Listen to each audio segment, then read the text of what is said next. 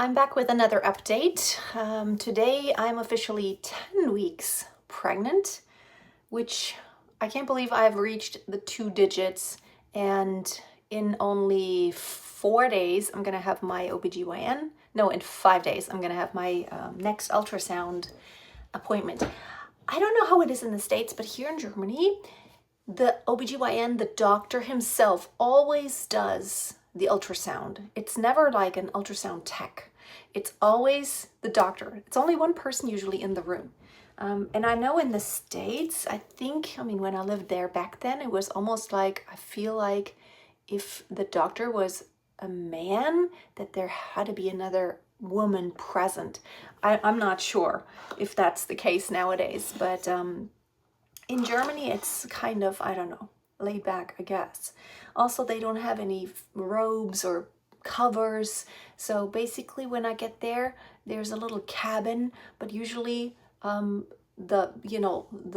helper, she walks me to the room where the exam is gonna be, and then she tells me, doctor will be here in a few minutes. You can already, when she knows there's going to be an ultrasound. And of course, if it's a vaginal ultrasound, she says, like, you can go ahead and, get undressed and stuff where it needs to be.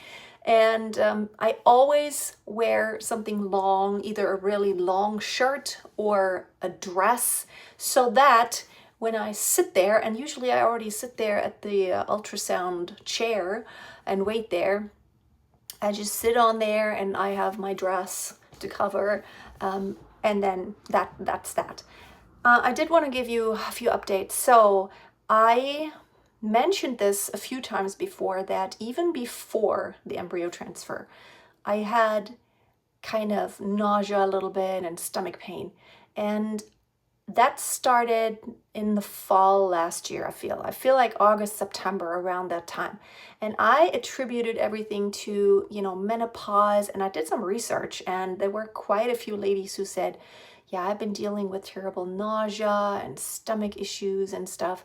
I never had any digestive issues, meaning like, I'm not constipated. I also don't have diarrhea. I do my normal bowel movements daily, and it feels like my digestion is fine. I also don't really have excessive bloating except for the progesterone right now. And I feel like, I always thought, like, it must be menopause hormones and stuff. And I thought, probably if that's the case, then once I get pregnant, it probably will get better and it'll slowly dissipate until after pregnancy. And then I kind of go from pregnancy into menopause again. I don't know how that's going to work, breastfeeding and stuff. Yeah, I don't know how that's going to work, going from postpartum right into breastfeeding and menopause again. I don't know how that's going to work. But anyway, the stomach pain, I feel like it just is adding up now. Now I have the stomach pain and the nausea from pregnancy. So I've been wanting to see a doctor, and I'm like, I need to address this. This is not funny, and I don't know if it's anything, I don't want it to be anything serious, of course. So, but after researching and after going online and actually talking to a doctor online, you can pay a little bit of money and just have like a kind of an online consultation, just a really quick. So I had that, and the doctor there suggested, it sounds like H. pylori, which is Helicobacter pylori. It is a bacteria that lives in the stomach, and I can totally pinpoint it to just the stomach. It's slightly to the left, and sometimes my stomach hurts so much, and it just kind of gets all tense and tight, to the point to where I actually feel like I'm gonna have to vomit, and I did a few times. And I'm not sure if that's now partially because of pregnancy and partially because of that. So, but what I researched was you can actually do a home test. I ordered some home tests. It's a stool test. I ordered a home test, and I did it last weekend, and it showed positive for H. pylori. Now, a lot of people carry this without ever having symptoms, but also a lot of people have this and they do have symptoms.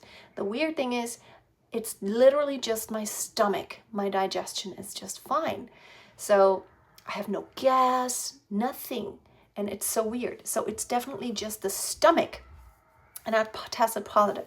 Now, doing research on how they usually treat it, of course, antibiotics. Now, the problem with that is that I know it, and I also have read many things now, like even on videos that I've researched on, on YouTube. People have a lot of videos on YouTube about their experience having this bacteria in their stomach.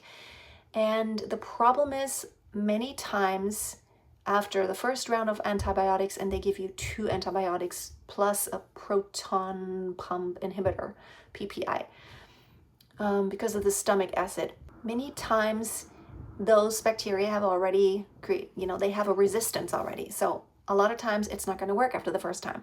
Plus, here's the thing. After, like, everything I know, every round of antibiotics will also, it's called antibiotics, meaning anti-life, against life. It kills bacteria, but it also kills the good bacteria.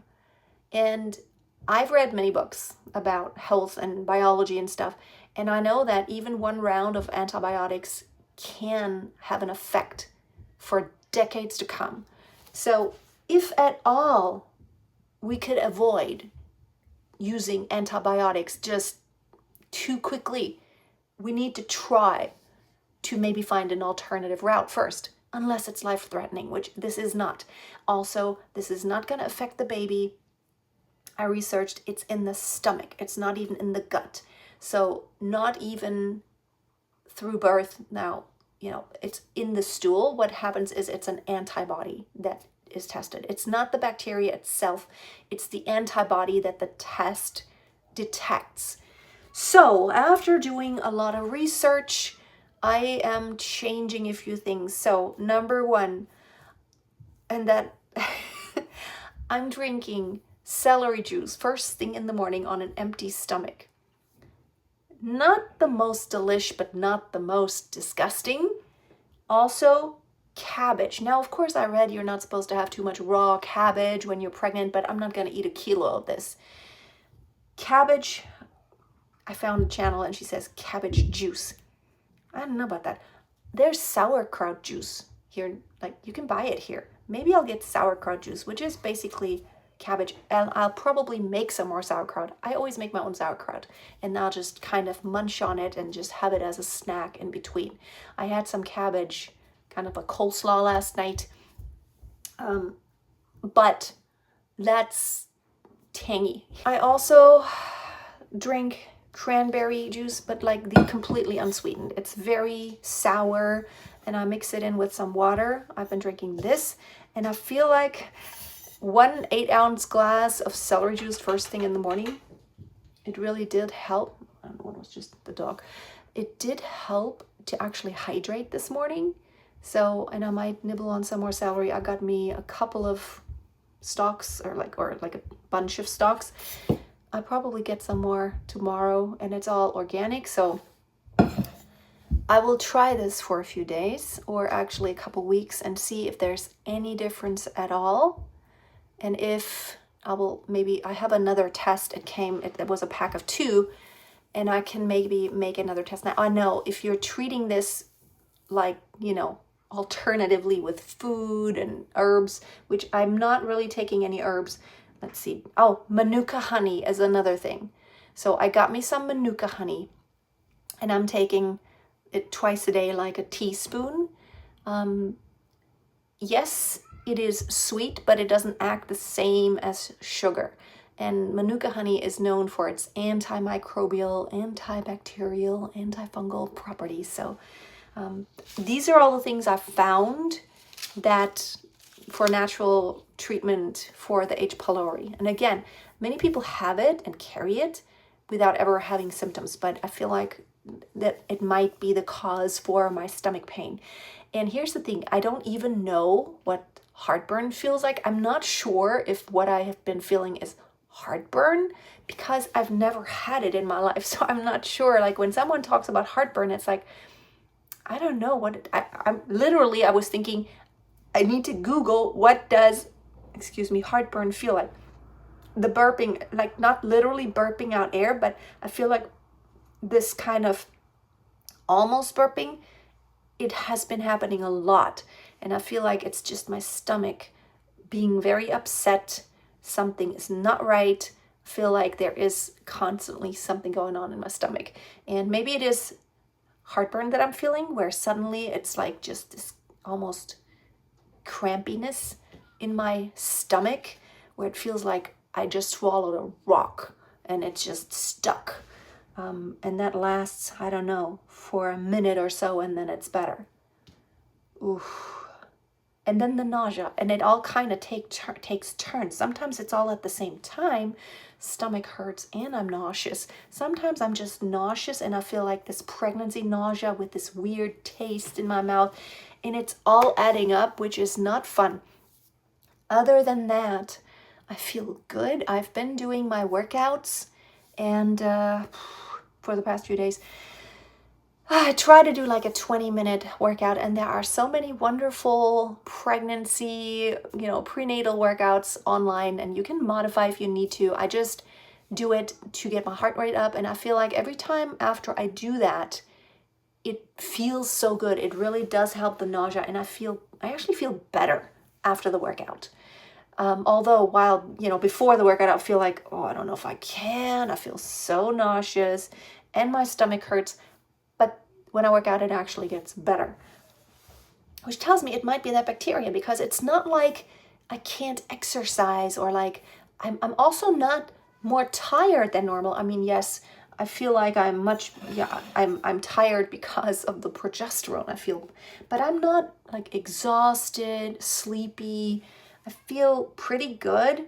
And yeah, some people have this bacteria for years, which is not good, because it can lead to deficiencies, because the acidity in your stomach changes. Your stomach acid is not working like it normally does, and then you can't absorb as you usually do. So I had my iron tested, I think it was a couple months ago, and it was a good level. But was it? Yeah, I think it was last month. It was actually after I found out I was pregnant. We did the first few, like a bunch of blood tests that they usually want, and one of them was iron, and my iron levels were really good. I think it was like a 14 HB, and the ferritin, I don't know. So my iron is good, which means I don't really have any terrible deficiencies yet. I still take my vitamin D, magnesium. I have it right here because last time I always had smaller caps. This time these are a little bit bigger, and it's been so hard to swallow them, which is why I got also some chewables, but they're not yummy. Magnesium is so extremely important. You need magnesium always, especially pregnancy.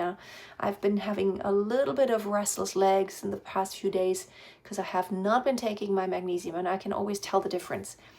Okay, I'm gonna wrap it up for today. That's all that's new, and I'm gonna keep you updated about my stomach thing.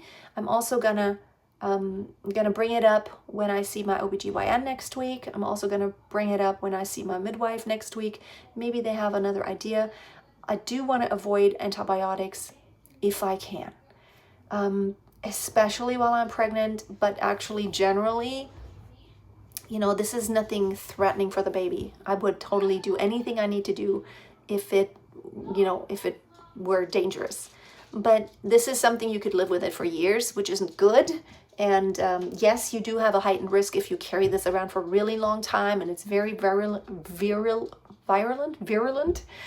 Then it could lead to stomach cancer, which no. We don't want that, but that's why I'm really addressing it now. We'll see. The route of natural healing just takes a lot longer. It might be at least 4 to 6 weeks until I see any difference, although I feel like even after yesterday, even after having the celery juice today and the manuka honey. Oh, one more thing. I got me some Mastics. Now, I did some research, of course. This is Mastic gum.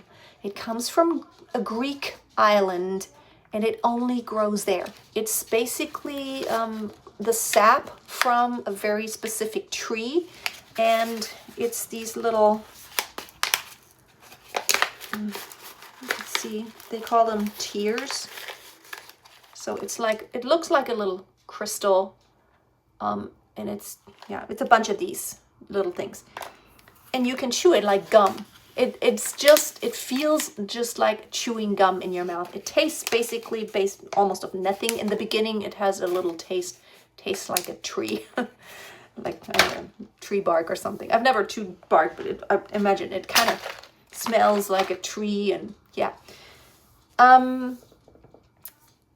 It says there's no research about pregnancy and taking mastic gum, so they of course recommend to not take it.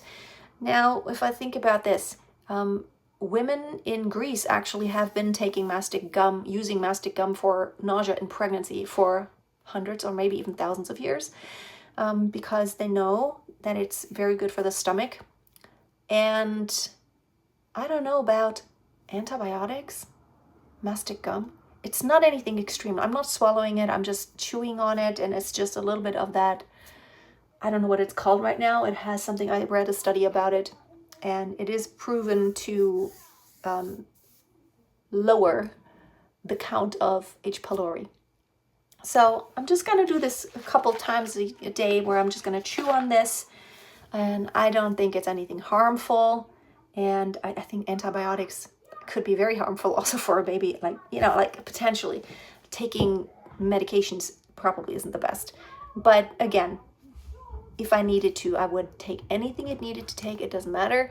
But this isn't anything extremely dangerous right now. It's not like, oh my God, I'm going to die, or anything. It's like, it's going to, you know, affect the baby in a very negative way. That's all I have today. Now it got so much longer. I'm such a talker. I'm such a talker.